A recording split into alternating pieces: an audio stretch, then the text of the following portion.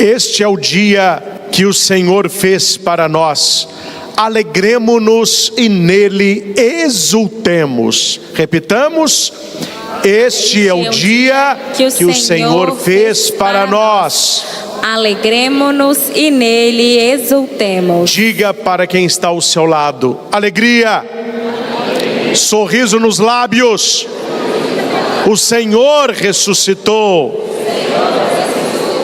Meus irmãos, nós acabamos de ouvir o evangelho desta vigília pascal, e Jesus, ele aparece e ele vai dizer apenas uma coisa: alegrai-vos.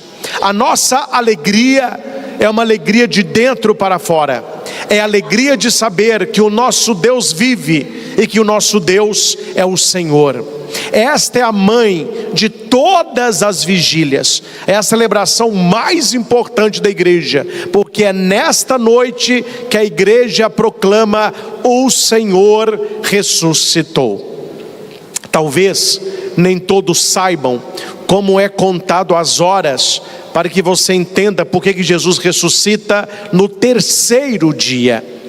Para o judeu, o dia não começa para nós como a meia-noite. O dia começa às 18 horas, que para eles não se chama 18 horas, é a primeira vigília. Cada vigília dura 3 horas.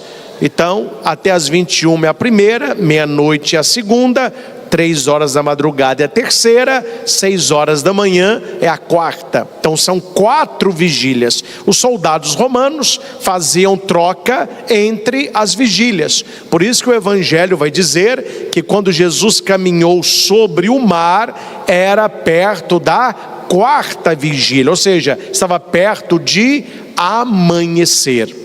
E as horas não são contadas como a nossa. Quando amanhece é hora prima, é hora segunda. Jesus morreu na hora 9ª, que é o que vale às 3 horas da tarde. Então pense comigo: Jesus morre num dia 14 de Nisan, no mês, na hora 9ª, sexta-feira.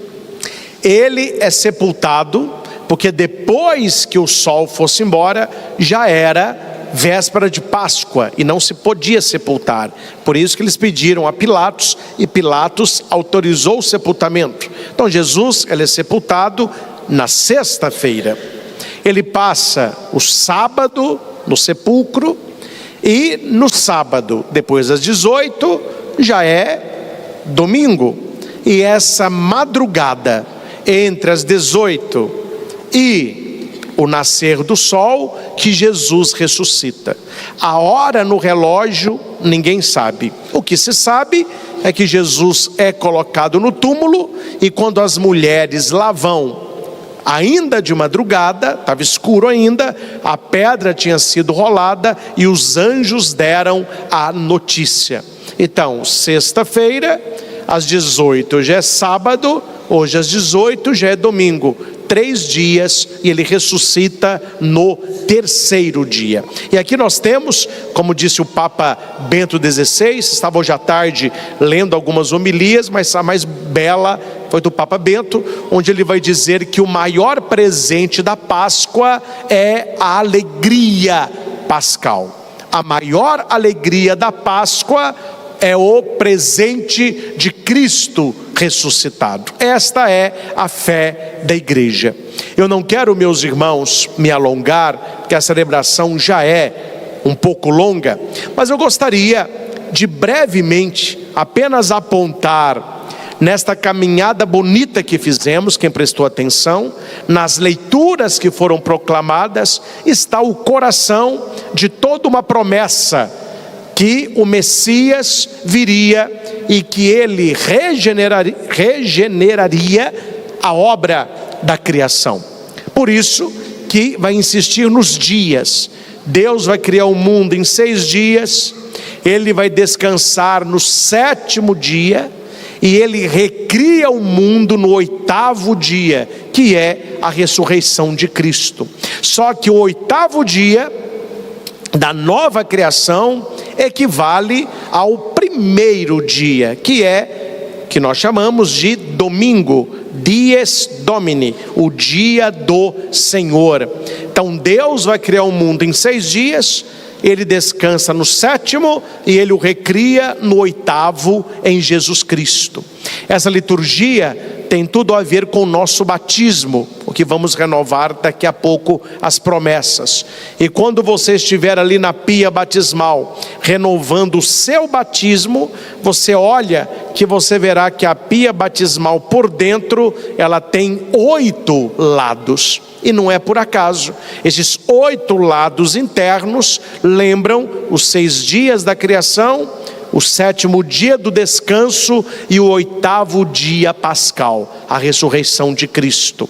A pia batismal, ela tem 4 lados que remontam aos pontos cardeais: norte, sul, leste, oeste. E esses pontos cardeais vão dar numa cruz. O centro, por isso que nós falamos, ele está no meio de nós. O meio é a fonte batismal, é o útero da igreja, é onde os filhos de Deus eles são gerados e regenerados pelas águas batismais.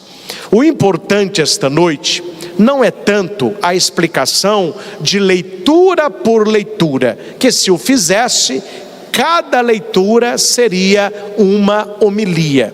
As minhas homilias giram em torno de 40 minutos. Imagina cada leitura que os senhores ouviram, 40 minutos de explicação.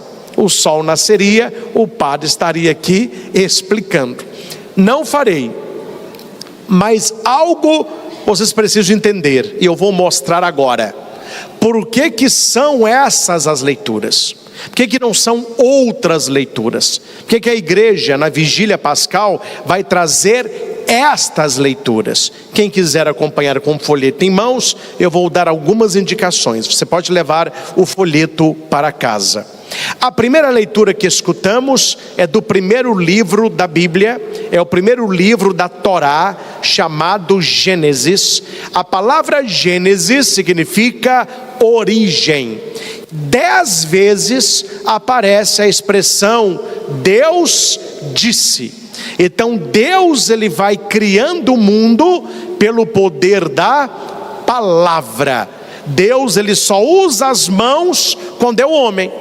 Façamos o homem a nossa imagem e semelhança.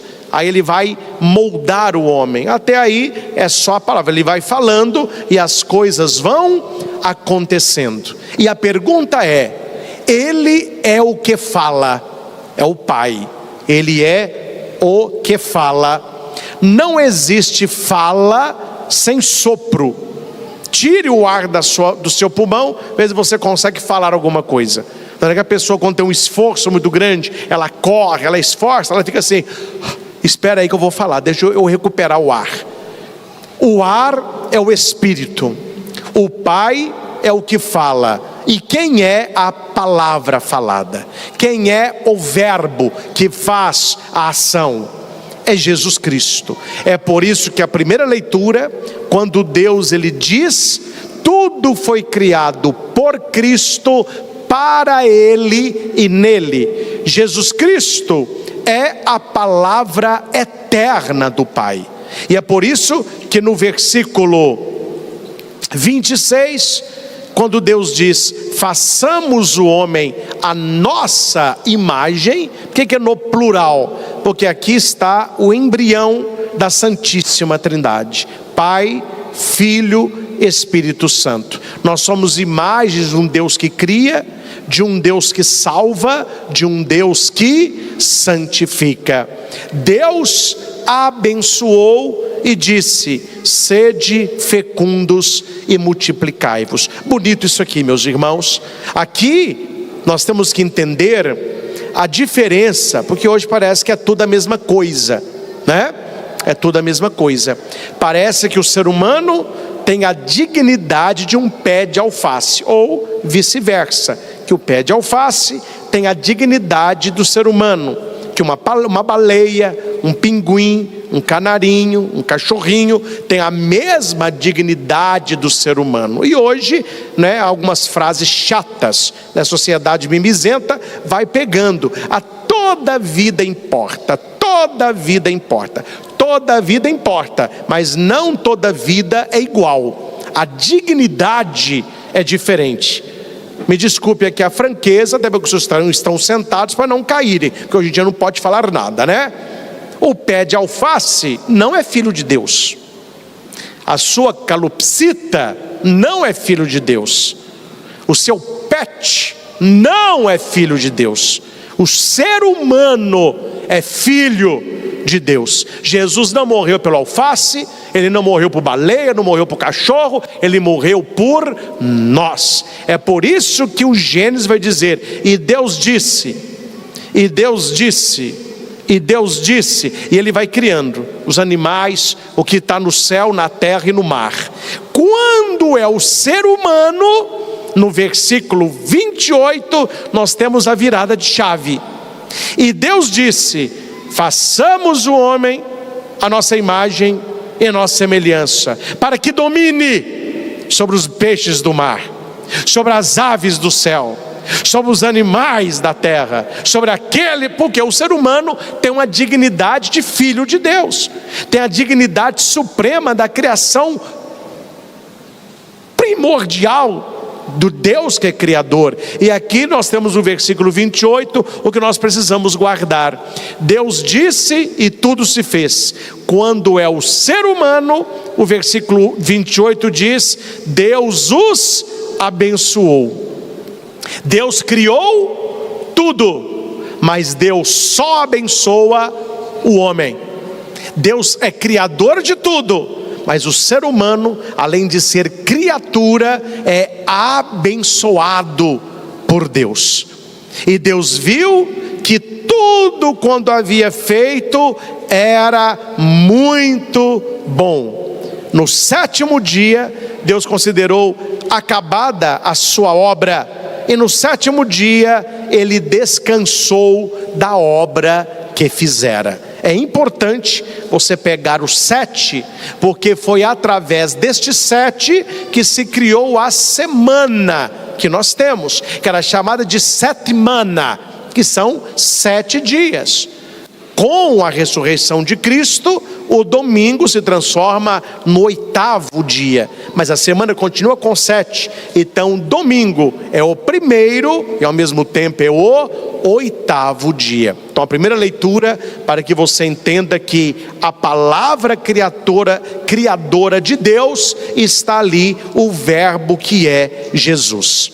Na segunda leitura que ouvimos, é também do Gênesis. Esta leitura é uma prefiguração da paixão e morte de Cristo. Veja que eu estou em Gênesis capítulo 22. Olha onde que está Gênesis e olha onde que está o nascimento do Messias e a sua paixão. Aqui nós temos Abraão e Isaque.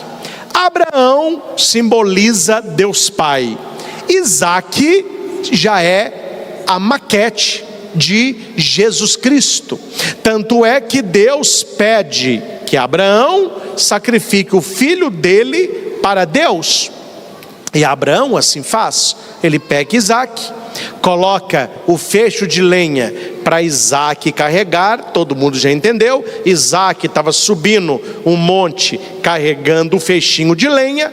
Jesus vai subir o monte Calvário carregando a cruz.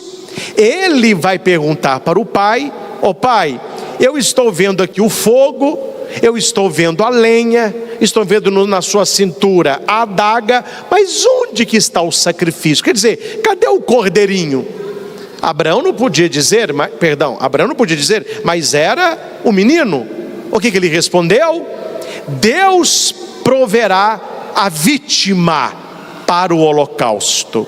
Presta atenção, como que se diz vítima em latim? O padre pegou pesado também, né? Mas vítima em latim é ostiuma. Ostiuma, que em português deu hóstia. Então a palavra hóstia significa vítima.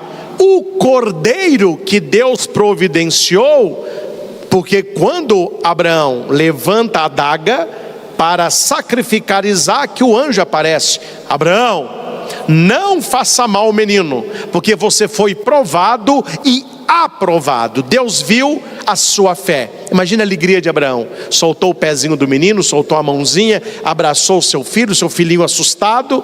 Hora que Abraão olha de um lado, tem um cordeiro preso com um chifrinho numa moita de espinho.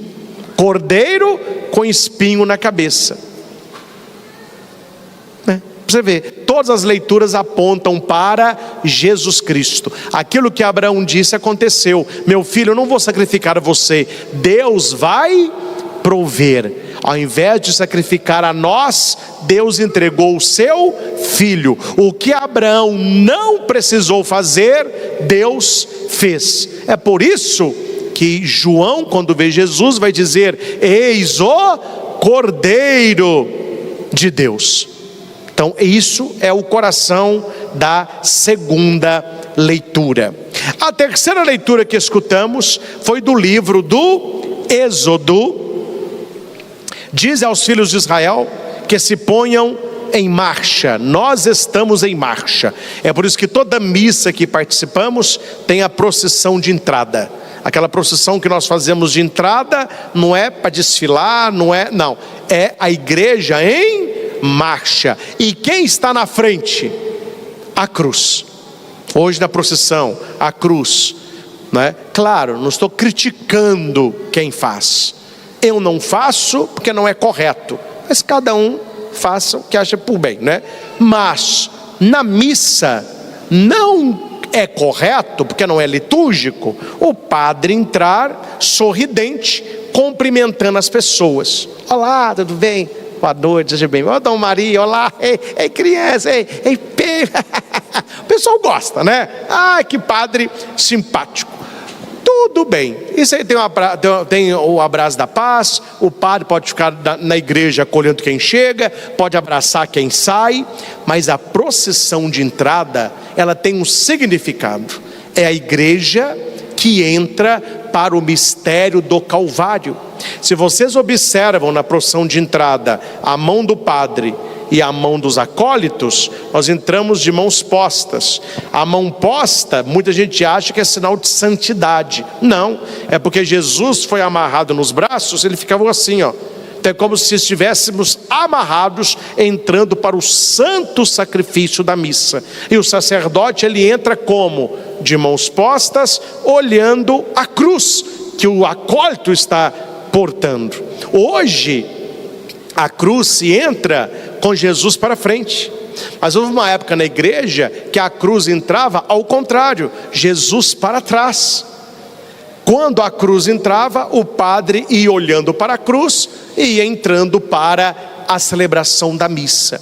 Repito, meus irmãos, não estou criticando quem faz, mas não é hora de fazer e eu não faço. Não é hora de ficar acolhendo, sorridente. É hora de você olhar para a cruz e caminhar e subir o monte. Por isso que o presbitério é mais alto. Ele lembra o monte, o Calvário, o altar, a cruz, o sacrifício, o cordeiro lá de Abraão. É por isso que a igreja tem todo o significado. Por isso que aqui diz, não é? Disse aos filhos de Israel que se ponham em marcha. E aqui havia um obstáculo, que é o Mar Vermelho. Aquele mar, ele é trazido por quê? Para essa liturgia. Porque ali acontece a passagem. As pessoas estão presas no Egito, elas vão atravessar o Mar Vermelho rumo à terra prometida. Esta passagem pelo Mar Vermelho se diz Pechá. Daí que sai a palavra Páscoa. O que é a Páscoa judaica? É a passagem pelo Mar Vermelho. É a passagem da escravidão para a liberdade. Qual que é a Páscoa cristã?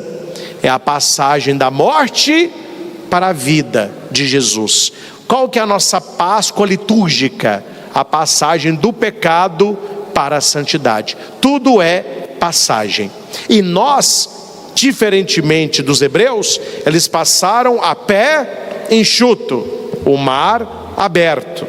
Nesta noite nós não sairemos enxutos. Nós vamos renovar o nosso batismo na água. Então aquela água onde eles passaram simboliza o nosso batismo. Hoje se usa muito a pia batismal, mas até na Alta Idade Média, até 1700 por aí, até hoje alguns lugares têm. Não é mais comum, né? Mas as igrejas patriarcais, o batismo, ele era uma caminhada. Então ficava no meio da igreja, como se fosse, não é, para vocês entenderem, uma piscina, era um corredor, e a pessoa via, claro, a água reta, né? Mas o corredor, ele tinha esse desenho aqui, ó, simbolizando o Mar Vermelho. Então a pessoa estava pagando de um lado, ela atravessava aquele corredor, no meio o padre a batizava e ela saía cristã.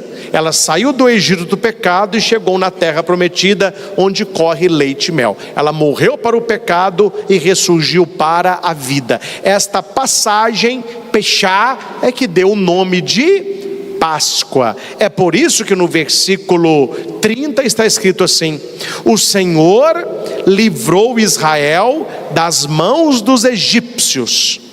Lá, a Páscoa de hoje, o Senhor nos livrou das mãos de Satanás, das garras do pecado. E Israel viu os egípcios mortos na praia do mar. O que nós vimos com isso? O batismo.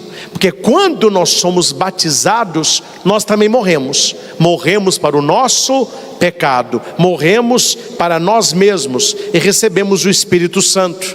E a mão poderosa do Senhor agia sobre eles. Que mão que é essa? O Espírito de Deus. É por isso que a terceira leitura fala sobre a travessia do Mar Vermelho. A quarta leitura é tirada de Isaías. É uma leitura esponsal, uma leitura de casamento. No versículo 5 vai dizer: teu esposo é aquele que te criou. O esposo é Jesus. E por que o esposo é criador? Porque ele estava na obra da criação enquanto palavra do Pai. No versículo 6 nós temos como a esposa repudiada na mocidade é a humanidade. Jesus é o esposo, a humanidade a esposa. Esse texto aponta para bodas de Caná. Jesus ele é o esposo, a humanidade é a esposa. Veja o que diz o versículo 7: por um breve instante eu te abandonarei, mas com imensa compaixão volto a acolher-vos. Quando é que Jesus nos abandona? Na morte. Ele vai dizer para os discípulos: por um tempo não me vereis, mas tendo de pouco tempo me vereis de novo. É a ressurreição. E quando é que nós perdemos o Senhor? Quando nós pecamos. E quando é que nós o vemos de novo? Quando nós confessamos. Então aqui é essa ponte entre Isaías e a liturgia de hoje. A quinta leitura, o forte da leitura é as águas, o Espírito e a aliança eucarística. Vai dizer no versículo 1: vinde as águas. Depois ele vai dizer: vinde e comei. No versículo 2: não gastei dinheiro com outra coisa a não ser pão. No versículo 3: inclinai vosso ouvido e vinde a mim, ouvi e tereis vida, farei convosco um pacto eterno, uma aliança eterna, porque Deus fez várias alianças, o ser humano quebrou todas, aí Jesus veio para fazer a nova e eterna aliança, a preço de quê?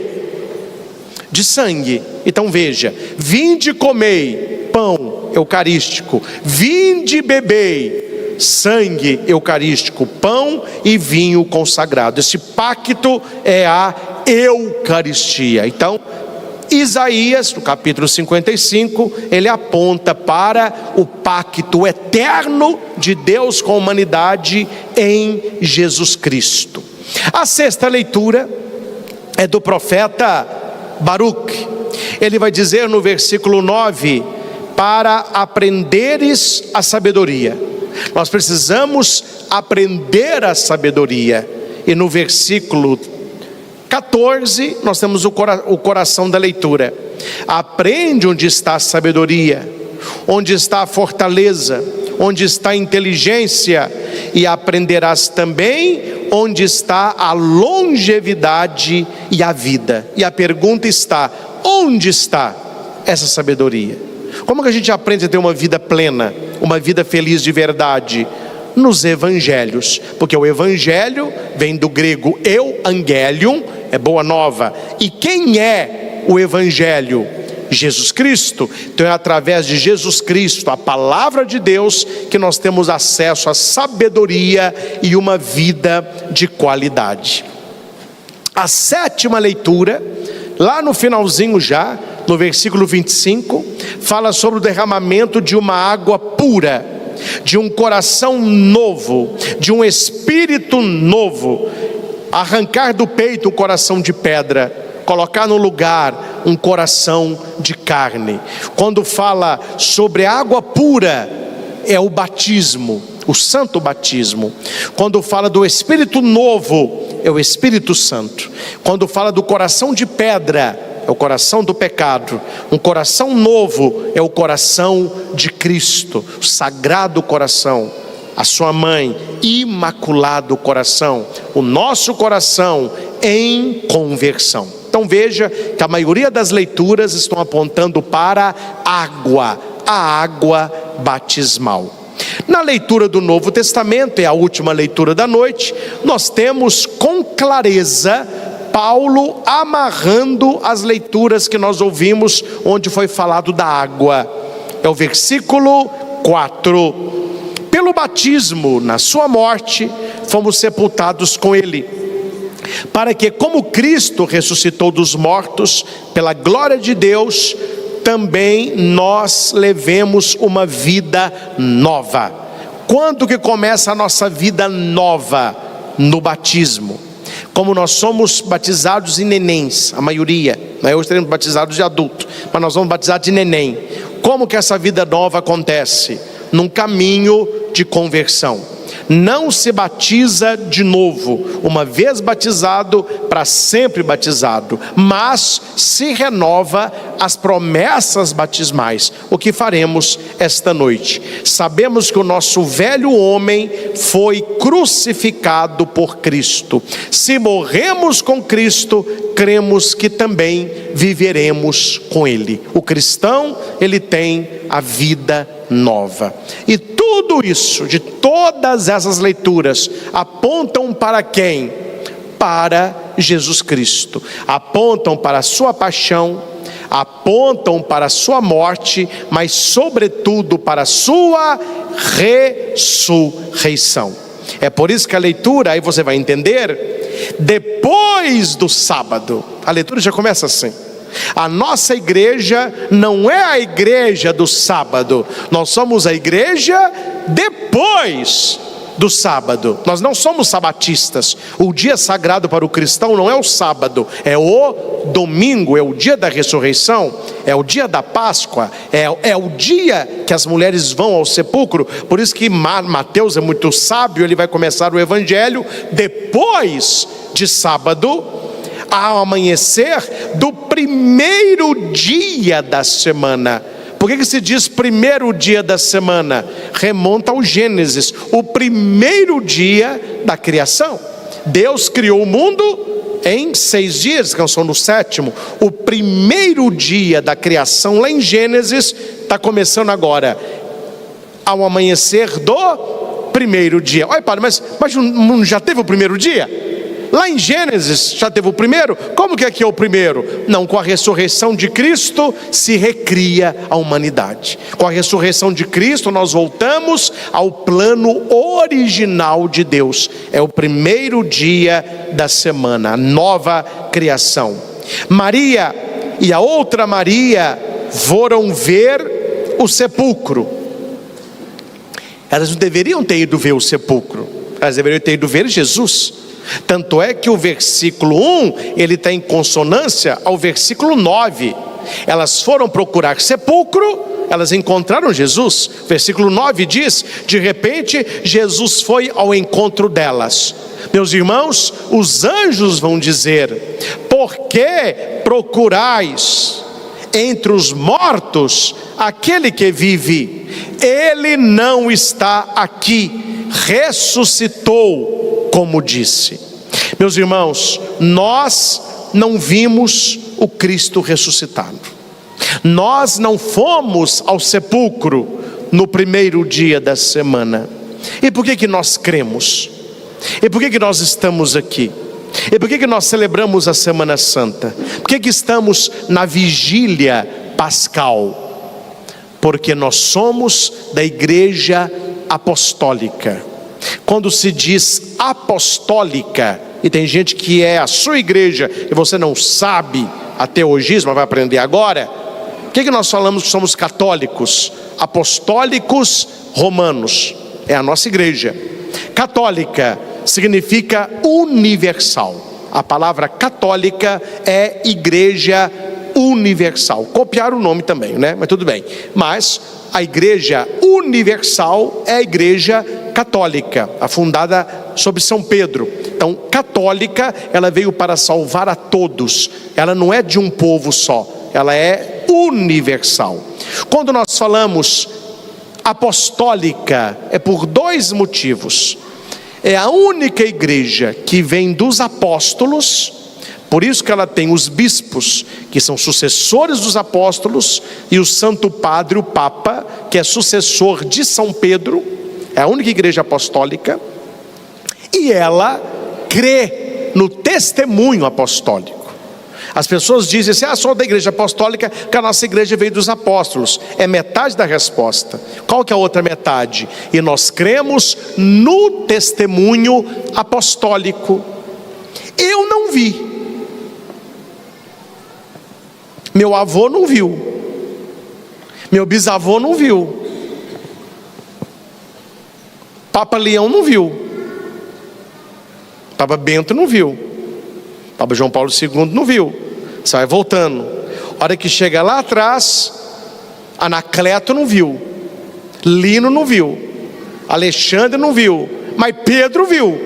E Pedro dá o testemunho. Não é a homilia de hoje, mas a minha homilia de amanhã, nós temos o discurso de Pedro. Pedro, aquele que abandonou, aquele que deu muita bola fora, o que ficou vendo Jesus de longe, o que negou 3 vezes, ele cheio do Espírito Santo, ele faz um discurso inflamado, cheio de sabedoria de Deus. Foi a primeira pregação de São Pedro, falando da ressurreição de Cristo. E ele vai dizer: eu sou testemunha de tudo isso. Por isso, meus irmãos, que nós somos da igreja apostólica, porque nós não vimos, mas os apóstolos viram, e nós cremos no testemunho deles. Por isso que nós somos apostólicos, nós cremos no testemunho. E Jesus nos elogiou, graças ao bom Deus, né? Quando Tomé vai tocar a chaga de Cristo, Cristo fala com ele: olha, você acreditou porque me viu. Felizes aqueles que crerão em mim sem ter me visto. Ele falava de quem? De nós, que em 2026 estaríamos aqui no Frei Galvão. Ele já sabia que haveria um povo que acreditaria nele. E a igreja tem esta missão. Esta é a missão primordial da igreja: evangelizar os povos, pregar Jesus Cristo. Por isso que as catedrais antigas tínhamos aqueles vitrais lindos com cenas do evangelho, porque o padre apontava e contava a história, e as pessoas viam e recontavam, e chegou até hoje. As encenações de Semana Santa, por que é importante manter essa tradição viva? Tradição viva, os centuriões, não é? Até as mães falavam: não, padre, na sexta-feira Os meninos ficaram com o olho esbugalhado na procissão do enterro. Quinta-feira, quando Jesus caiu ali, os meninos, um gritou, o outro ficou olhando. Por que que a encenação ela mexe com a gente? Porque está sendo passado uma história, a história da salvação. Isto que nós estamos celebrando hoje, a igreja no mundo inteiro, os cristãos no mundo inteiro se reúnem. E por que que a fé chegou até nós? Porque o que Jesus ordenou está sendo cumprido. Batizai a todos em nome do Pai, do Filho e do Espírito Santo, e ensineis a eles tudo o que eu vos disse. A história de Jesus, ela é contada e recontada. Eu vejo, com isso finalizo, pequenas crianças aqui no santuário. Tem um menininho ali, eu tenho outros ali. Eu vejo nas missas as crianças, e eu lembro que um dia eu fui aquele menininho. Eu ia na Semana Santa lá em Itaúna.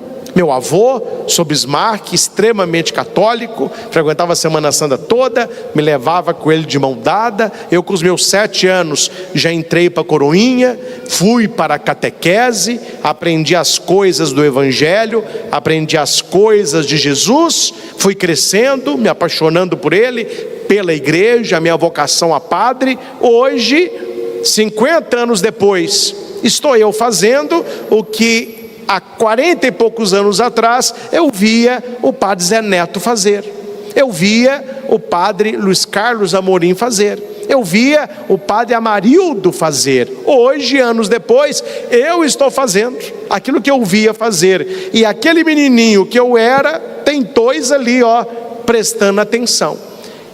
Geração atrás de geração vão sendo evangelizadas, catequizadas, e a missão da igreja não para.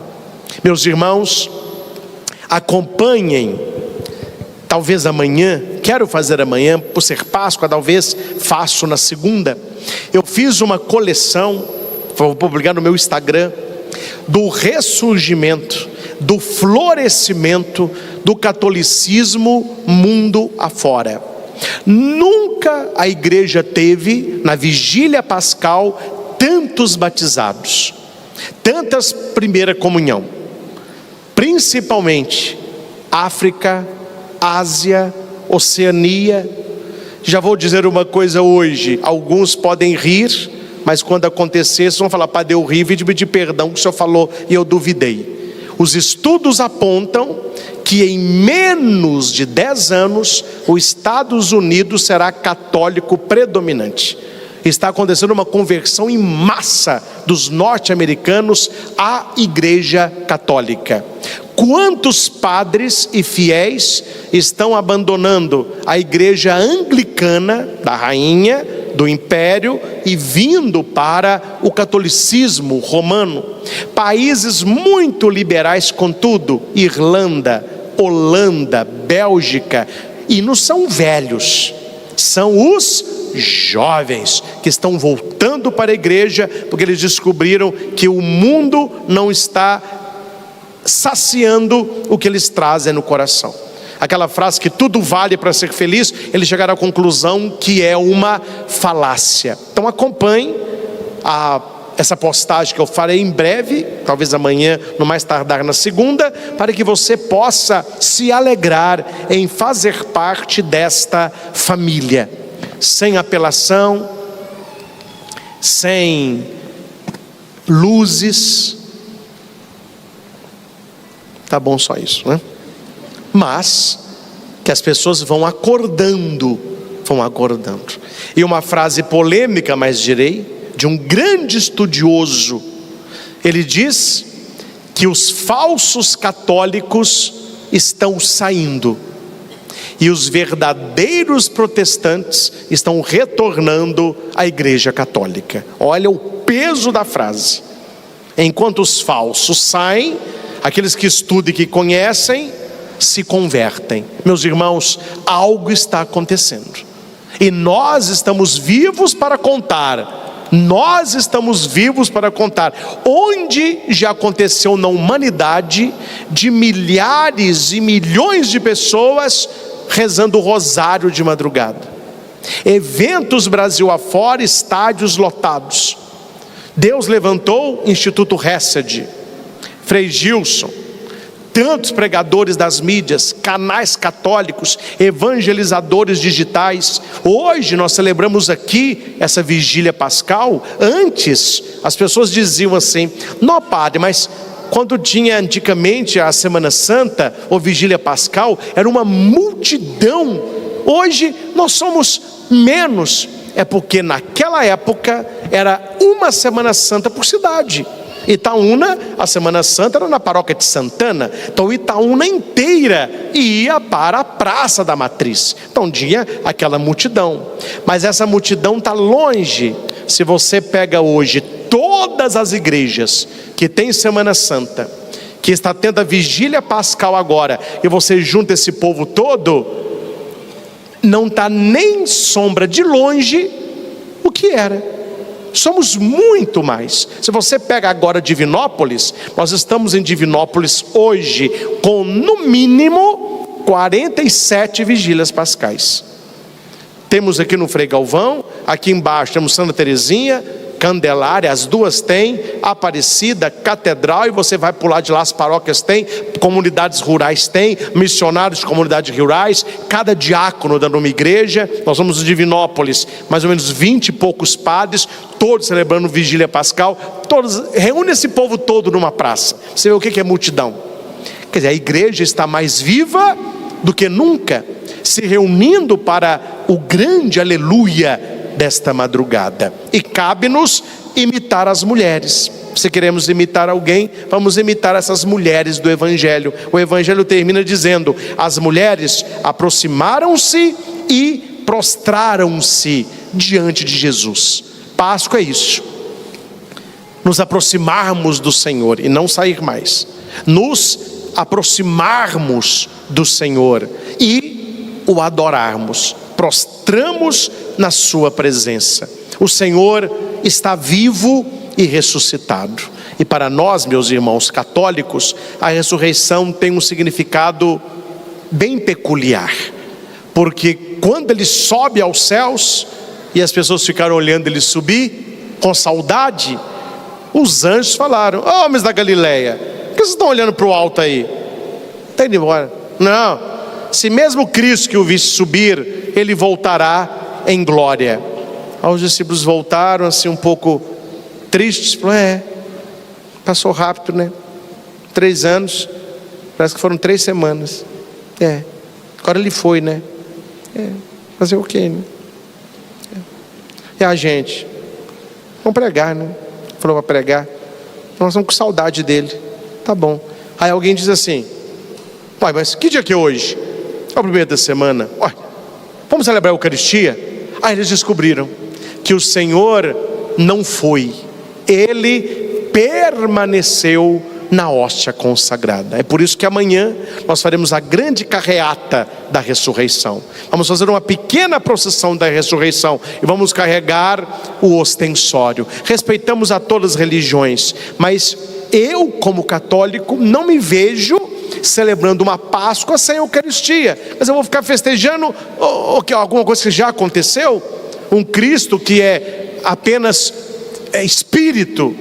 Não, nós temos o Cristo real, presente na hóstia consagrada. E amanhã, espero todos aqui, sairemos com os carros, com buzina, com som, com foguete, com bandeira, com o Santíssimo Sacramento, mostrando para o mundo: ele ressuscitou e continua vivo no meio de nós. É por isso, meus irmãos, agora você vai entender por que da missa dominical. Por que todo domingo é dia de missa? Porque nós temos a Páscoa anual, que é essa. Nós temos a Páscoa semanal, nessa nova criação dos 6 dias, do descanso de Deus, e do 8º dia, toda semana a igreja nos convida: celebremos a Páscoa de Jesus. Ele está vivo. Por isso que o domingo é o dia do Senhor. E lugar de católico no domingo é na igreja. Você pode fazer o que você quiser, pode jogar bola, pode passear, pode nadar, pode dormir, jogar videogame, pode fazer o que você quiser, mas a sua hora principal é a missa. Eu vou à missa depois eu faço as outras coisas. Imitemos estas mulheres que correram até o sepulcro buscando Jesus. Só que para nós, com uma pequena vantagem: elas ouviram, ele não está aqui. E na missa é diferente. O padre diz, o Senhor esteja convosco, e a gente alega e responde, ele está no meio de nós. O Senhor ressuscitou por você. Este é o dia que o Senhor fez para nós. Alegremo-nos e nele exultemos. Louvado seja nosso Senhor Jesus Cristo, Para sempre seja louvado. Queridos irmãos e irmãs aqui no santuário, você que celebra conosco aí da sua casa, e você que vai ouvir esta pregação depois que ela foi aqui realizada. Nós estamos com esta Santa Missa do batismo do Senhor, encerrando o ciclo do Natal. A igreja tem dois grandes ciclos, é o ciclo da Páscoa e o ciclo do Natal, com tudo aquilo que envolve esses dois grandes mistérios da vida de nosso Senhor. Primeiro, o mistério da encarnação, que nós celebramos no Natal. Depois, o mistério da ressurreição. E todo o ano litúrgico está organizado entre esses dois tempos fortes, seja a Páscoa do Senhor, seja o seu nascimento do Emanuel. Intercalando esses dois grandes tempos, nós temos o tempo comum, onde a igreja vai usar os paramentos verdes. Ali nós vamos ver os milagres e as pregações de Jesus. São praticamente 34 semanas do ano. Então veja, a maior parte do ano é o tempo comum. Preparando o Natal, nós temos o Advento, que são 4 semanas. Preparando a Páscoa, nós temos a Quaresma, que são 5 semanas. Por que eu estou dizendo isso? Para a gente ter na cabeça o ano litúrgico, para a gente entender o que a igreja está celebrando, que nós celebramos com ela porque somos igreja. Na festa de hoje, o batismo do Senhor, nós estamos como uma ponte, saindo do ciclo do Natal. Com o batismo termina-se o ciclo do Natal e nós entramos no tempo comum. Por isso que a vida pública de Jesus vai começar depois do batismo, que ele vai para o deserto ser tentado e depois ele volta com os seus 3 anos de vida pública. O que nós vamos refletir na Quaresma são esses 40 dias que Jesus ficará no deserto. E quando a igreja coloca para nós, nesse ciclo do Natal, o batismo de nosso Senhor, não é apenas uma reflexão do batismo dele, mas é a reflexão do batismo nosso, nós que já somos batizados.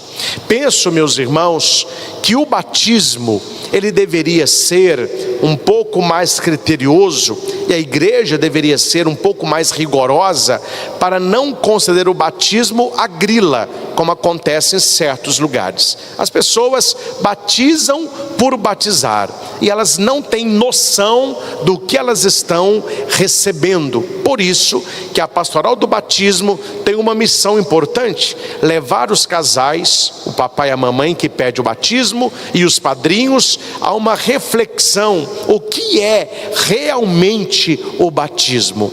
Se os católicos batizados soubessem o que é o batismo, nós não teríamos uma grande fatia do bolo de católicos não praticantes, e uma outra fatia dos católicos de IBGE, uma outra fatia dos católicos perdidos, igual água de salsicha, né? Não é salgado nem doce. Então é uma fatia grande de pessoas que não acrescentam em nada à igreja e atrapalham o processo de evangelização. Foi por isso que o Papa João Paulo II, na virada do milênio, ele disse para a igreja: nós precisamos catequizar, não os pagãos, mas catequizar os católicos que foram batizados, mas que vivem como pagão. Não estou criticando, estou levando vocês à reflexão. Vindo aqui para o santuário hoje, para cortar sinal, eu passei pela Pitangui. Quem é aqui de Divinópolis sabe muito bem onde é, que ela não tem semáforo, você corta reto. Lotada de gente caminhando, andando e de bicicleta. Não tem problema nenhum, está cuidando da saúde, graças a Deus. Mas se você parar a maioria daquele povo fitness, que o povo hoje está andando parecendo uma notícia, nunca vi um povo que anda e corre tanto. Se você para aquele povo todo e pergunta para a maioria deles, qual que é a sua religião? Qual que é a resposta? Católica. Foi tudo batizado, tudo levou água para a cabeça fora. E a maioria não vai sequer a uma missa dominical. A pergunta é, que católico que é esse? Era muito melhor para a igreja, era muito melhor que a pessoa dissesse, eu não tenho religião. Eu fui batizado católico, mas eu não sou católico. Eu não frequento nada, eu não creio em nada, eu não participo de missa, eu não faço adoração, eu não leio Bíblia, eu não tenho devoção a Nossa Senhora, eu não confesso, nem na igreja eu vou. Não, mas as pessoas vão dizer, não, eu sou católico, mas eu não pratico. Eu não entendo onde existe o templo dos católicos não praticantes. E olha que eu viajo, viu? Olha que eu viajo Brasil afora fazendo eventos, eu nunca vi nenhum templo. Aqui é a igreja dos católicos não praticantes. Por que não existe o templo? Porque católico praticante também não existe. Não, padre, mas eu sou católico, só que eu não pratico. É igual meu amigo que veio de São Paulo, estudou comigo no seminário, mas saiu, casou-se, estava fazendo um curso em BH e veio me visitar aqui. E a gente tem que tratar bem as visitas, né? Então levei para jantar. E levei num lugar mais gostoso e falei, olha, aqui tem uma carne saborosa, suculenta, você vai gostar, o molho madeira é delicioso. Ele falou assim, Cristian, é porque eu não te falei, eu sou vegano. Eu falei, não tem problema, aqui tem outros pratos. Não, mas pode pedir a carne para mim, que eu gosto de um filé. Eu falei, meu filho, você não é vegano? Eu falei, não, é porque eu sou vegano não praticante. Os senhores são inteligentes e a risadinha já mostrou que vocês entenderam a pegadinha. Na verdade, meus irmãos, ele é vegano. Então essas denominações, definições, autodefinições só existem na cabeça de quem dá, porque o que denota o verdadeiro católico, número 1, é a missa dominical.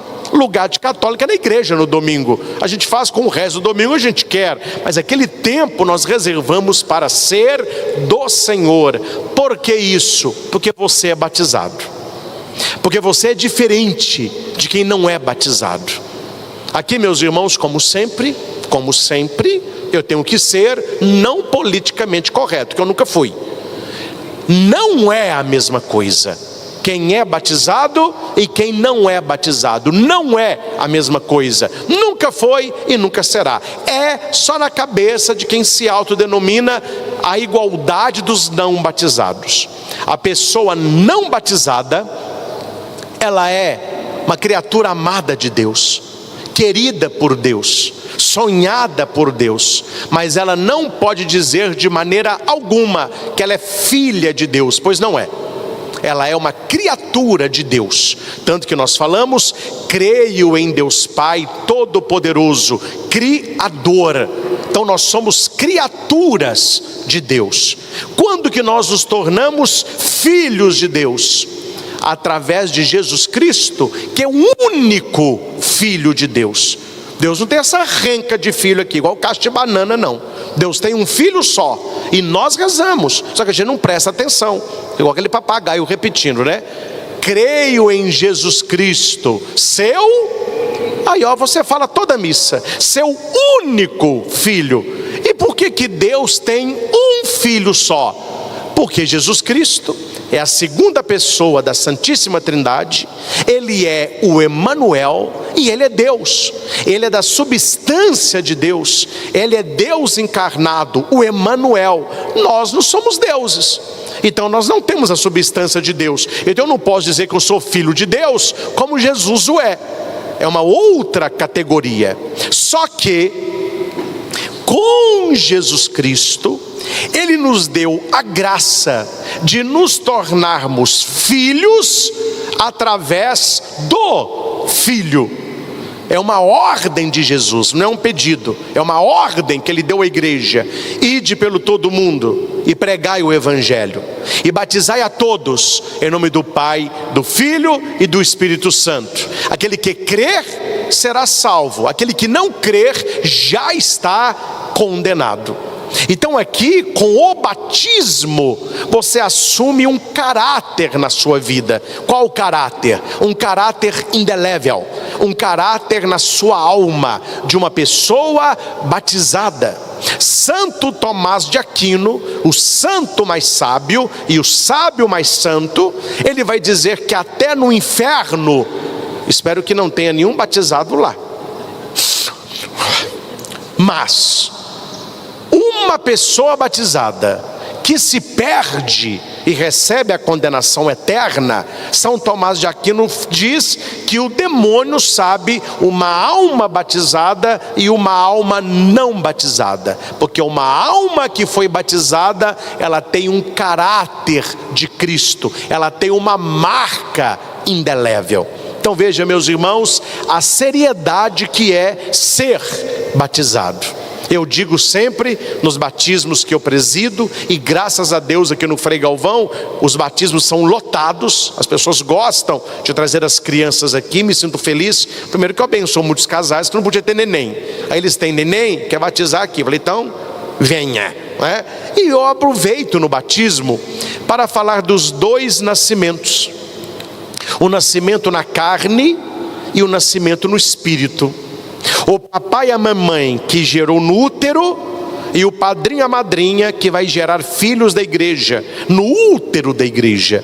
Então eu digo que o papai e a mamãe, durante 9 meses, esperava aquele neném, e a mamãe gerou aquela criança no líquido amniótico. Olha, nós somos gerados na água, e a criança ela vai se desenvolvendo ali. Depois de 9 meses, ela vem a vida, o nascimento, já está viva, mas a gente fala até, a mãe deu a luz, quer dizer, ela vai para a luz, ela sai daquele ambiente seguro para o desenvolvimento. Quando ela vem para o batismo, ela também vai ser colocada numa água, mas não o líquido amniótico ela foi gerada, mas a água da igreja, que é a pia batismal, onde a água jorra, como jorrou a água do coração de Jesus. E o catecismo da igreja vai dizer, depois eu vou citar aqui o parágrafo, que do coração de Cristo jorra sangue e jorra água. O sangue é a Eucaristia, a água é o batismo. E se você chega perto da pia batismal, ela tem um bojo. Aquele bojo tem o formato de um útero, é o útero da igreja. Se a mamãe gera a criança no seu útero, a igreja gera os seus filhos também no seu útero eclesial, na água batismal que jorrou do coração de nosso Senhor. O papai e a mamãe fizeram o trabalho primordial, gerando a criança no útero. Hora que a criança é gerada na igreja, a igreja vê o batismo com tanta seriedade que ela pede para esta criança também um papai e uma mamãe espirituais, que vai andar com o pai e vai andar com a mãe. Do latim cum padres, cum madres, daí que deu a palavra compadre e comadre, que nós chamamos de pai pequeno, padrinho, mãe pequena, madrinha. Por isso que todo casal que vai batizar o neném, eles escolhem um casal de padrinhos, porque, meus irmãos, no batismo o papai e a mamãe são espectadores. Quem batiza o neném são os padrinhos. Tanto que eu chamo o pai e a mãe, claro, eles vão ficar perto da bia batismal, mas eles ficam do meu lado apenas olhando. Quem segura a criança? A Dinha. Quem põe a mão no coração da criança? O Dinho. O padre batiza no braço da madrinha e do padrinho, porque até aquele momento eles eram convidados, eles não eram padrinhos ainda. Quando que ele se torna padrinho e madrinha? Na hora do batismo. Então a mamãe gerou no útero, o padrinho e a madrinha gera na fé. Eles colocam a criança naquele bojo que é o útero da igreja, o padre derrama a água, não líquido amniótico, mas a água batismal. Eu te batizo em nome do Pai, do Filho e do Espírito Santo. E eu sempre digo em todo batismo que eu presido, a parte mais fácil ficou para o padre, que é batizar. Eu sou padre há 20 anos, eu sei o rito do batismo de cor. Para mim batizar é muito fácil. Para quem ficou a parte mais difícil?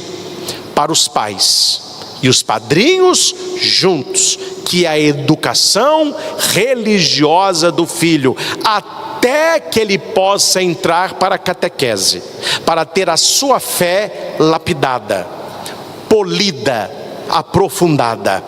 Nós não temos a catequese no nosso santuário, que nós não somos uma paróquia, então aqui não tem a pastoral catequética, mas penso que é uma pastoral onde a igreja, onde os padres deveriam acompanhar de perto, numa formação perene, numa instrução profunda aos catequistas. Há muitos catequistas, é a maioria, muito bons, que preparam aquele encontro. São pessoas de oração, são pessoas de lexio divina, leitura da palavra, são pessoas estudiosas do catecismo. A maioria, graças a Deus, está no bom caminho. Mas eu vou dizer, meus irmãos, sem medo de errar, porque em quem fala a verdade não merece castigo. Nós temos catequistas totalmente perdidos, catequistas que não sabem nem onde começa e nem onde termina o plano da revelação, catequistas que não rezam, catequista que não lê Bíblia, catequista que não conhece o catecismo.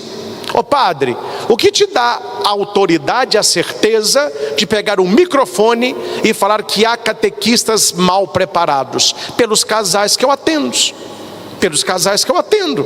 e vou dizer aqui apenas três pérolas que catequizandos da Crisma e da primeira comunhão ouviram, e os pais vieram com reclamação. Falei, olha, então você procurou o padre errado, meu filho, porque não são minhas catequistas, porque se fossem eu chamaria. Então procure o padre onde a sua criança está na catequese. 3 barbáries. Primeira, não em Divinópolis, uma cidade aqui perto, mas os pais são dos meus, são quentes, aí foram no padre. A catequista disse que a virgindade de Maria é do coração, que a virgindade física pouco importa, que não tem como conceber uma criança sem ser de José. A catequista me solta uma heresia dessa numa turma de catequizandos de Crisma. Ainda bem que tinha na turma um filho de uma família católica praticante, que chegou em casa e comentou com os pais. Os pais foram tomar providência. Primeira batatada, segunda presepada, também de catequistas, que não estudam, que não rezam. Disseram que a presença de Jesus na Eucaristia é para nós católicos, que para quem não é católico, não é. Então ela colocou o quê? A dependência do sacramento, a nossa fé. Não, a presença de Jesus no sacramento não depende da fé da pessoa, ele está presente por si, é a palavra dele, isto é o meu corpo. Os pais também foram tirar satisfação. E a terceira, pasmem, dito, e passando filme ainda, que a Igreja Católica não foi fundada por Jesus, mas por Constantino. Quem fala isso é pastor protestante, e passaram o filme de padre ensinando o erro. Então, meus irmãos, me entendam bem, se a catequese da igreja é deficitária, nós teremos católicos deficitários. E se os católicos não conhecem a doutrina que professam, que tipo de católicos eles serão? E veja que eu não estou falando de ateu, de protestante, de evangélico, eu estou falando nós que somos católicos, precisamos conhecer a doutrina que nós professamos. É por isso que o batismo é a origem de tudo. Porque o batismo, os pais pedem o batismo e a igreja batiza na fé dos pais. Que a criança não entende o batismo, ela é tão pequenininha. Tem criança que está dormindo, tem criança que está mamando, tem criança que está brincando. Mas por que a igreja batiza? Porque é na fé dos pais. Tanto que no início do batismo o padre pergunta: queridos pais, o que pedem a igreja para os vossos filhos? O que vocês pedem? Eles respondem: o batismo. Que o batismo não é ofertado, o batismo ele é pedido. Os pais pedem.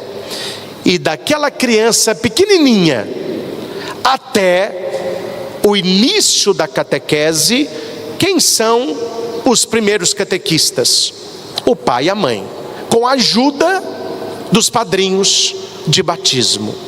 Não sei como é hoje, porque não tem a ver comigo, mas aonde eu fui padre, eu sempre dizia aos catequistas: vocês estão proibidos, e ai se fizerem, que é nisso aí eu pego no pé.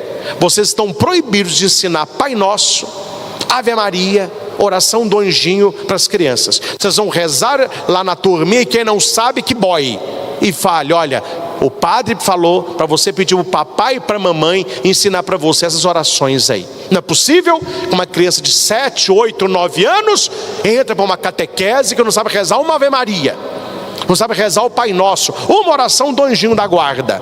É sinal de que os pais não rezam e estão delegando para a igreja aquilo que cabe aos pais. A catequese não substitui o exemplo de fé dos pais. A catequese vai acrescentar na criança de maneira sistemática a fé cristã católica e na crisma de maneira testemunhal. Mas a fé, ela vem de casa.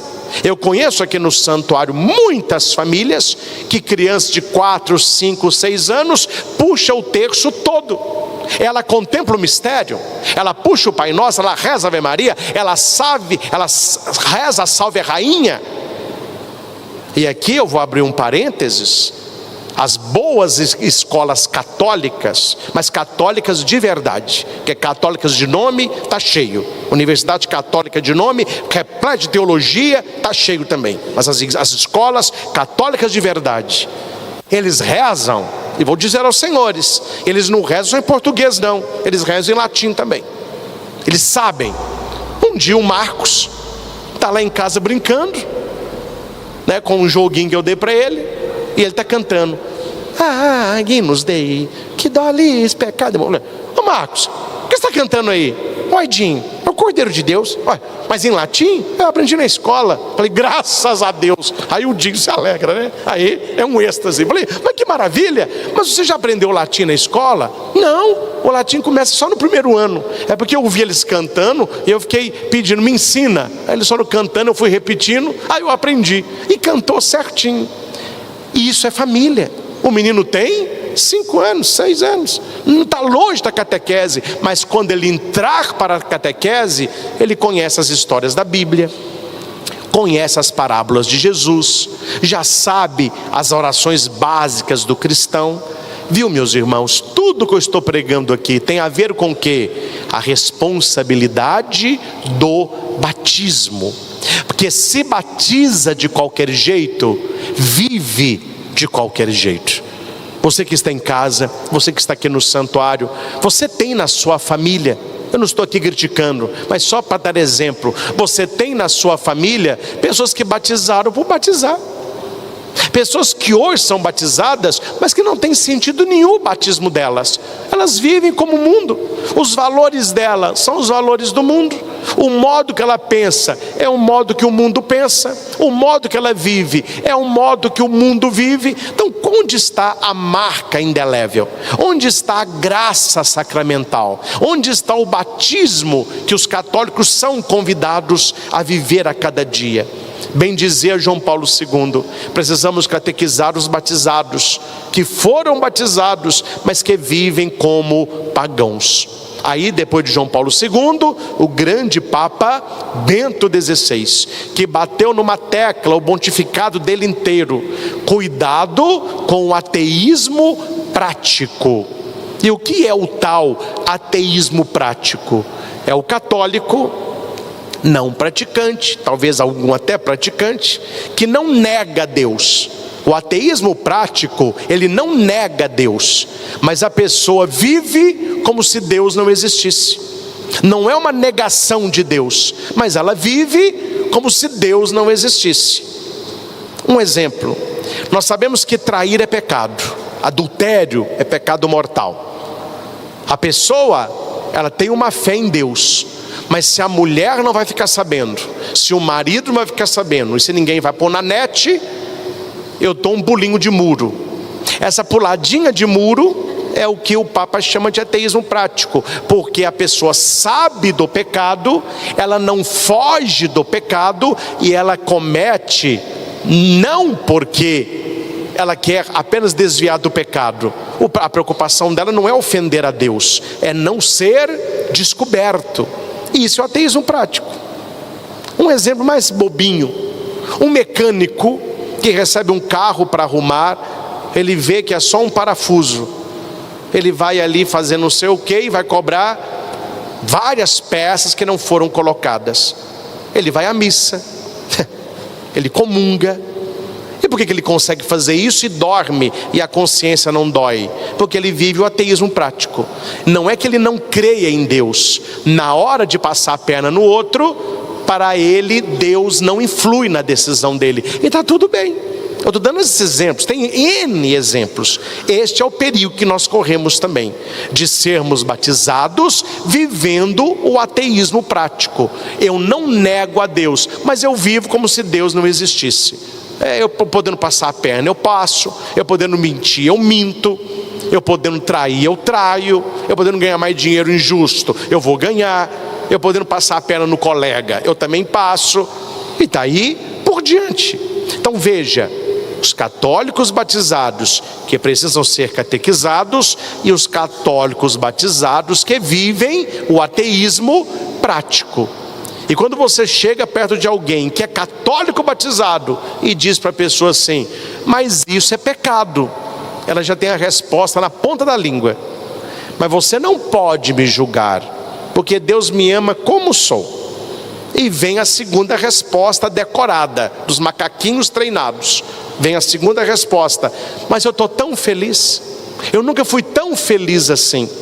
Estas pessoas com esta resposta na ponta da língua, você que é católico praticante tem que entender por que ela responde assim, por que ela vive assim.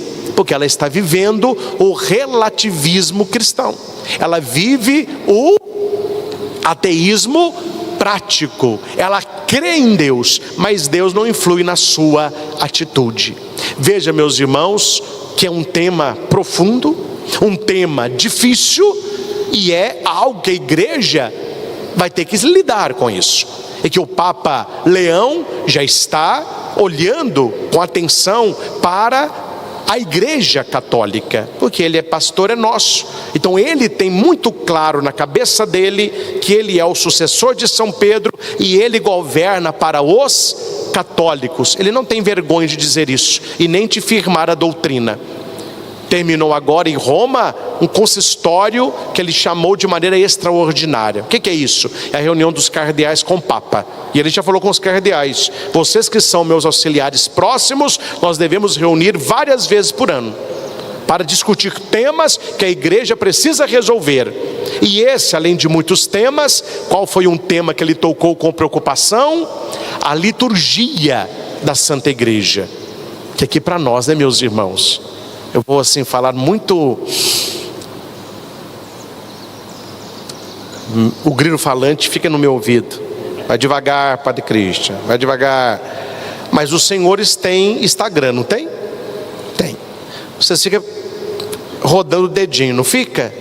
Me responda, meus irmãos: o que certos irmãozinhos nossos aprontam no meio da missa, até o diabo duvida. Eu nunca vi tanta presepada no meio de missa. Parece que falta a espiritualidade e eles querem criar alguma coisa, só que é um fora atrás do outro. É rei mago entrando de perna de pau, é padre fantasiado de coelhinho da Páscoa pulando com ovo, é gente dançando em volta do Santíssimo, estoura bomba, dessa imagem, uma corda do céu, é santismo entrando de drone. Eu nunca vi tanta coisa estranha no meio das missas católicas. E o Papa sabe disso, tanto que ele está muito atento à liturgia da igreja. E ele disse isso lá atrás, só que as pessoas não escutam o Papa, né? Elas querem bater palma para Papa e gritar viva Papa. Mas o que o Papa fala nem todo mundo escuta. Lá atrás, nas suas primeiras missas, quando o Papa Leão recebeu a igreja ortodoxa oriental, ele disse para nós ocidentais: a igreja ocidental precisa redescobrir o zelo com a liturgia e o silêncio do mistério como as igrejas orientais. O Papa já acenou de que ele sabia que havia um problema acontecendo. Porque infelizmente, meus irmãos, se você segue as coisas certinho, se você celebra a missa certinho, se você zela pela liturgia da igreja, muitas pessoas vão dizer: mas é chato, viu? Não pode fazer nada, é um padre bitolado, é conservador. Agora, se você fica dando pirueta, arranca casula, tira estola, corta a unha no meio da missa, cuspiu a unha, não é? Ah, esse é legal, esse aí é dos nós, esse aí é inclusivo, e uma palavra antipática, esse aí é inclusivo. Não, meu filho, não sabe a liturgia, não sabe a liturgia, porque São João Maria Vianney tem uma das frases melhores para os padres. São João dizia assim: quem me vê na rua acha que mendigo sou, quem me vê presidindo a missa pensa que o rei ali está. O que São João dizia? Que a pessoa pode ser humilde o tanto que ela quiser, mas na hora que ela está na liturgia, ela celebra a liturgia da igreja. Ela não celebra a missa do jeito dela. De vez em quando eu chego no lugar, as pessoas perguntam: ô padre, como que vai ser a missa? Eu falo: você nunca participou de missa, não? Como que vai ser a missa? Que pergunta que é essa? Claro que eu não falo assim para a gente não ser grosseiro, né? Mas eu pergunto: mas como assim? Como que vai ser a missa? Missa é missa, meu filho, né? E aqui no santuário, graças a Deus, isso aí eu falo alegre pelas equipes que aqui trabalham, né? Todos que aqui trabalham, seja padre Christian, seja padre de fora, seja bispo, seja cardeal, é do mesmo jeito, porque a missa é celebrada como missa, sem firula, sem enfeite, que não tem necessidade disso. Isso vem de onde? De nós entendermos a nossa fé. O Papa está atento também a isso, que nos identifica como católicos. Uma missa sóbria, bem celebrada, que me leva à adoração, com respeito a Jesus eucarístico. Nós somos batizados e precisamos viver este zelo, que somos filhos de Deus. E quem nos concedeu o batismo? A igreja. Então somos filhos da igreja. O evangelho que nós escutamos, nós temos o batismo de Jesus, que fica muito claro: Jesus não precisava ser batizado. Por quê? Porque o batismo de João não é o batismo de Jesus. O batismo de João é um batismo de arrependimento, de metanoia, quer dizer, de mudança de vida. O batismo de Jesus, ele imprime caráter, porque é no Espírito Santo, e é um batismo trinitário. Foi Jesus que passou a fórmula do batismo: batizai a todos em nome do Pai, do Filho e do Espírito Santo. Esse não é o batismo de João. Tanto que João dizia: eu batizo com água, mas virá aquele que vos batizará com fogo, no Espírito. Eu não sou digno de desatar a correia das sandálias. Então as pessoas que queriam converter, elas iam até João, João batizava, elas mudavam de vida, esperando o Messias, que era Jesus. Se Jesus não tinha pecado, porque era filho de Deus, ele não precisava passar por esse batismo, que ele não precisava arrepender. Quando Jesus chega para ser batizado, o que é que o João diz para ele? Mas eu que devo ser batizado por ti, e tu vens a mim? O que Jesus diz? Por enquanto deixe como está, é preciso cumprir a lei. Então Jesus usa do seu batismo como a humanidade necessitada da água regeneradora para que aconteça ali uma teofania. O que é teofania? Teosfanos, a manifestação de Deus. Que no batismo de Jesus não necessário, aconteceu a teofania necessária, porque ali foi a definição de quem era aquele que estava sendo batizado. O céu se abre, desce o Espírito Santo em forma de pomba sobre Jesus e se escuta uma voz: este é o meu filho amado. Aqui nós temos a manifestação da Santíssima Trindade. Por isso que o batismo é pelo Pai, Filho e Espírito Santo. Só um parênteses rapidinho. Eu te batizo em nome de Deus Pai. Batismo inválido. Eu te batismo em o nome do Senhor Jesus. Batismo inválido. Eu te batismo no poder do Espírito Santo. Batismo inválido. O batismo é trinitário. Eu te batizo em nome do Pai, e do Filho, e do Espírito Santo. Esta é a fórmula batismal. E onde está, Padre, a Trindade no batismo de Jesus? Quem responde é Santo Agostinho. O Verbo no Filho, o Pai na voz, o Espírito em forma de pomba. O Pai que fala, o Filho que é batizado, o Espírito que desce. Pai, Filho, Espírito Santo. Então, quando Jesus ele é batizado, nós temos algumas coisas, eu vou ser bem breve nisso, que nos lembram episódios centrais do Antigo Testamento. As pessoas conhecem muito a passagem do Mar Vermelho, não conhecem? Mas pouca gente conhece a passagem do Rio Jordão. Aí quando tu fala, padre, mas teve? Teve. É porque para eles saírem do Egito, Mar Vermelho. Para eles entrarem na Terra Prometida, Rio Jordão. Eles tiveram que cruzar o Rio Jordão. Então o que significa cruzar as águas do Jordão? A terra onde corre leite e mel. A terra da promessa. O cumprimento daquele Deus que é fiel. Quando Jesus ele entra no Rio Jordão, ele está retomando a conclusão daqueles 40 anos do povo que era escravo e agora são remidos. E qual é a nossa escravidão? Nós que nunca fomos escravos do Egito, a escravidão do pecado.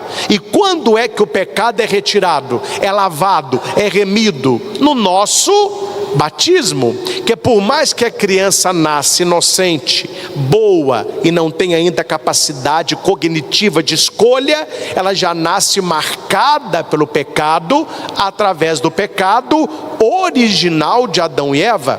É como se fosse, para entenderem, uma doença genética. Quem tem é o pai ou a mãe. A criança não tem nada com isso, coitadinha, mas a criança nasce doente.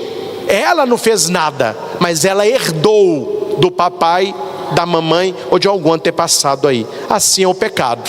A criança nasce boazinha, pequenininha, mas ela já traz o pecado original dos nossos primeiros pais. Então, um dos fundamentos do batismo é lavar a culpa original, tirar o pecado original e colocar a criança na graça de Deus, no Espírito Santo. Por isso que quando Jesus é batizado, o céu se abre. O que significa o céu se abrir? É a união do céu com a terra. E bonito que a Bíblia diz que quando Jesus foi batizado, o céu se abriu. Amém? O céu abriu ou não abriu? Abriu. Onde que está escrito que o céu fechou? Não está escrito. Por quê? Porque não fechou. O céu continua aberto sobre todo aquele que recebeu o batismo.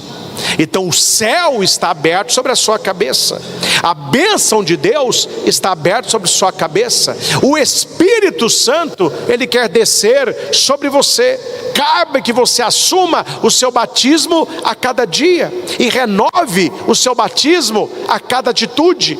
O céu se mantém aberto. Quando as pessoas falam comigo, não, padre, o senhor me dá uma bênção. Eu pergunto, né? Para que a bênção? Ah, padre, eu acho que tem uma nuvem negra na minha cabeça, uns raios assim.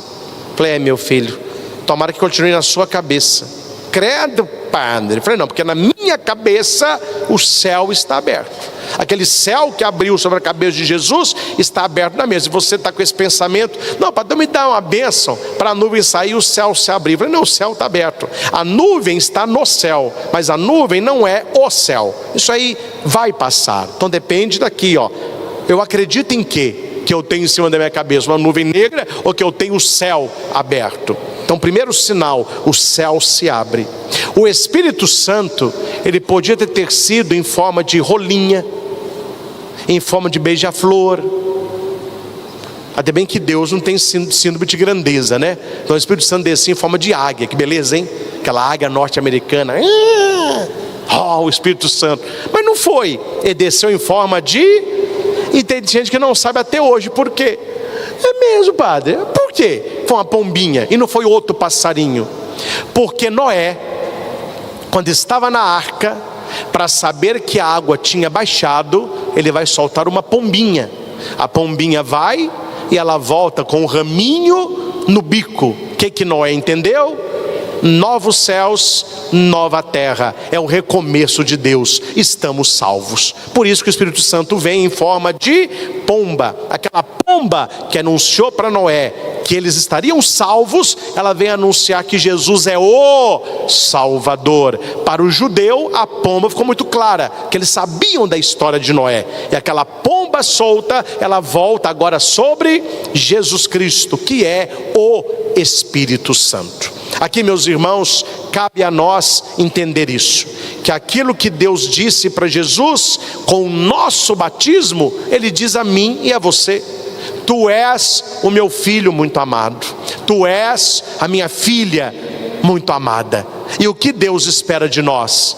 Que vivamos o nosso batismo, que sejamos amigos de Jesus, que possamos conhecer Jesus e anunciar Jesus, testemunhar Jesus.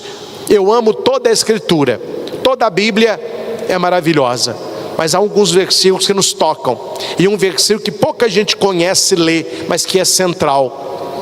É o último versículo da carta de São Pedro, da segunda carta de São Pedro. É o último versículo. Pedro diz assim: cresceis sempre no conhecimento e na intimidade com Jesus Cristo. É isso que é a nossa vida cristã. O que é ser cristão?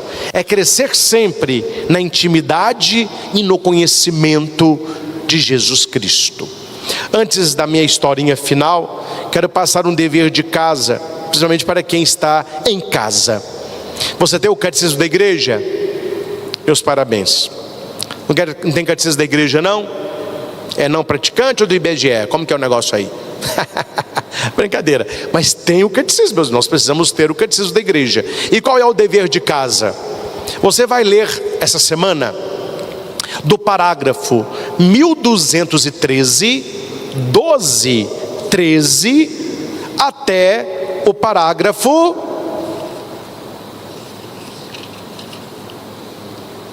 1274.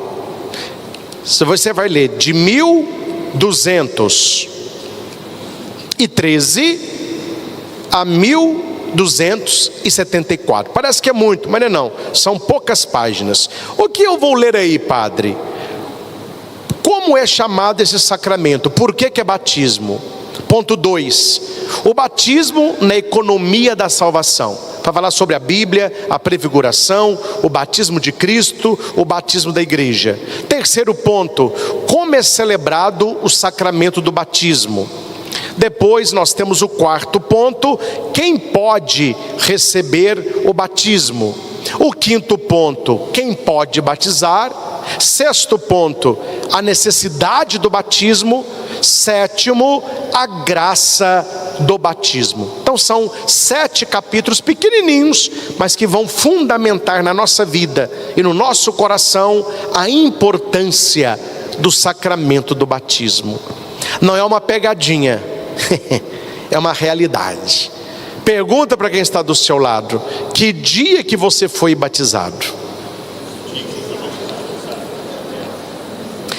Meus irmãos, ninguém esquece aniversário. Ninguém esquece aniversário de nascimento, nascimento da criança, aniversário de casamento. Aí você pergunta o dia do batismo, aí dá aquele sorrisão, né? Eu não sei. Sabe o que a gente não sabe? Posso falar a verdade? Porque não é importante. O que é importante a gente sabe. E eu guardei o meu dia do batismo na marra, porque um dia que eu decidi ser padre, que eu fui conversar com Dom José Belvino, ele foi me acolher para o seminário, Christian, jovenzinho ainda. Aí ele me perguntou assim: então você quer ser padre, meu filho? Eu falei: quero, Dom José. Então me responda uma coisa: que dia que você foi batizado? Ele falava assim, né? Que dia que você foi batizado? Eu falei: Dom José, eu achei que... eu não sei não. Quem não sabe o dia que foi batizado quer ser padre. Eu fiquei numa vergonha. Aí eu fui embora. Cheguei em casa e a minha mãe: aí meu filho, como que foi? Eu falei: levei uma do bispo. Que dia que eu fui batizado? A minha mãe: você não sabe não, meu filho? Dia 1º de setembro. Você nasceu 14 de agosto, batizado 1º de setembro. Então tá. Aí voltei no Dom José: Dom José, 1º de setembro. Agora sim, seja bem-vindo. Mesma coisa. Então precisamos, meus irmãos, assumir a beleza e a graça do nosso batismo. Que Deus os abençoe. Que o batismo de Jesus incentive-nos a viver o nosso batismo.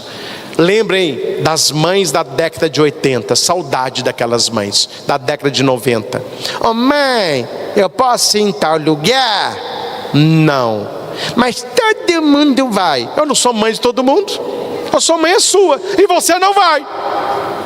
Isso é o batismo. Padre, mas todo mundo faz. Você não é todo mundo, você é batizado. Mas todo mundo vive assim. Você não é todo mundo, você é filho de Deus. E Jesus nos comprou por um preço muito caro, o seu sangue. Nós não nos pertencemos a nós mesmos, pertencemos ao Senhor. Vivamos o nosso batismo com seriedade na terra, para que possamos um dia estar com o Senhor no céu. A Ele toda honra, toda glória e todo louvor. Louvado seja nosso Senhor Jesus Cristo, para sempre seja louvado.